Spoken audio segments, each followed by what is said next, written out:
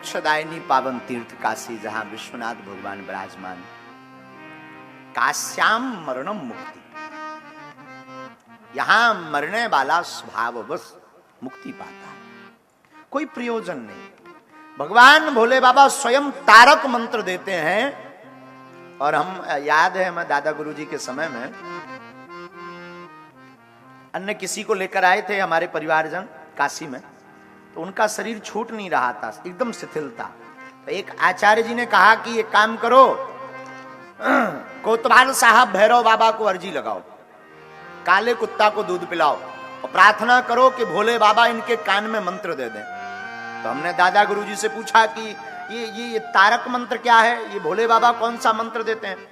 बोले भोले बाबा जिसको स्वीकार करते हैं उसके कान में तारक मंत्र राम नाम देते हैं, और उस मंत्र के देते ही कान एक बड़ा हो जाता है और उसका शरीर छूट जाता है, फिर वो काशी के कण कण में व्याप्त हो जाता है। रामायण में भी इसीलिए कहा काशी मुक्ति हेतु उपदेश, यहां मुक्ति का साधन है। शास्त्र भी कहते काश्याम मरणम मुक्ति, आपको मुक्ति पानी है तो शरीर यहां छूटे। कभी ईश्वर से मांगने को कुछ मिले ना, कहना प्रभु हमें काशी के वासी बनाओ, काशी का वास दो, क्योंकि यहां जीना भी सफल, यहां रहना भी सफल और यहां की मृत्यु भी मंगल। तो कौन ऐसा है जो अपना अमंगल चाहता? मंगल तो सब चाहते हैं, सबके मन में भाव है कि मंगल हो। तो एक ही भाव रखना कि हमें काशी का वास मिले।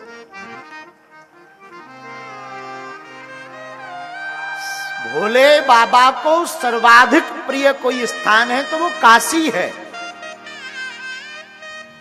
बाबा से पूछो आपको कहां रहना, बाबा कहते हम काशी में ही रहेंगे। सर्वाधिक प्रिय नगरी मम प्रिय, भोले बाबा कहते हैं मम प्रिय, मुझे अति प्रिय वाराणसी है।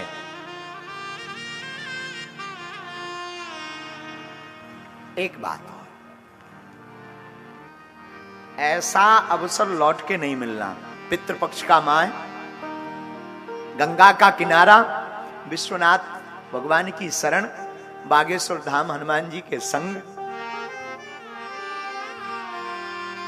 और गोकुलनाथ की कथा, ये 5 मंगल जुड़े हैं। पहला मंगल गंगा का किनारा, मोक्षदायिनी तीर्थ है, तो पहला मंगल गंगा का किनारा। दूसरा मंगल विश्वनाथ भगवान की शरण, प्रतिदिन दर्शन, ये दूसरा मंगल है। तीसरा मंगल बागेश्वर धाम के संग, बालाजी के साथ में, बागेश्वर नाथ के साथ में। तीसरा मंगल बागेश्वर नाथ का संग। चौथा मंगल पितृपक्ष, जिसमें पितृदेव कृपा करते, पितृदेवो भवा मातृदेवो भवा।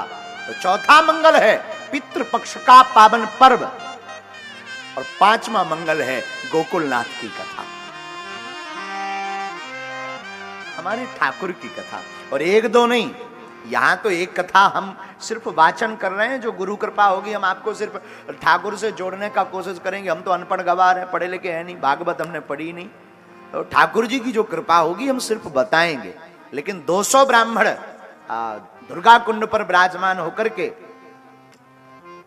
धर्म संघ में प्रतिदिन मूल पाठ श्रीमद् भागवत कथा का कर रहे हैं कि जितने भी बागेश्वर धाम का परिवार है, जितने भी जन यहां विराजमान हैं, उनके ऊपर सब पितरों की कृपा हो और उनके पितृ शांत हो गए।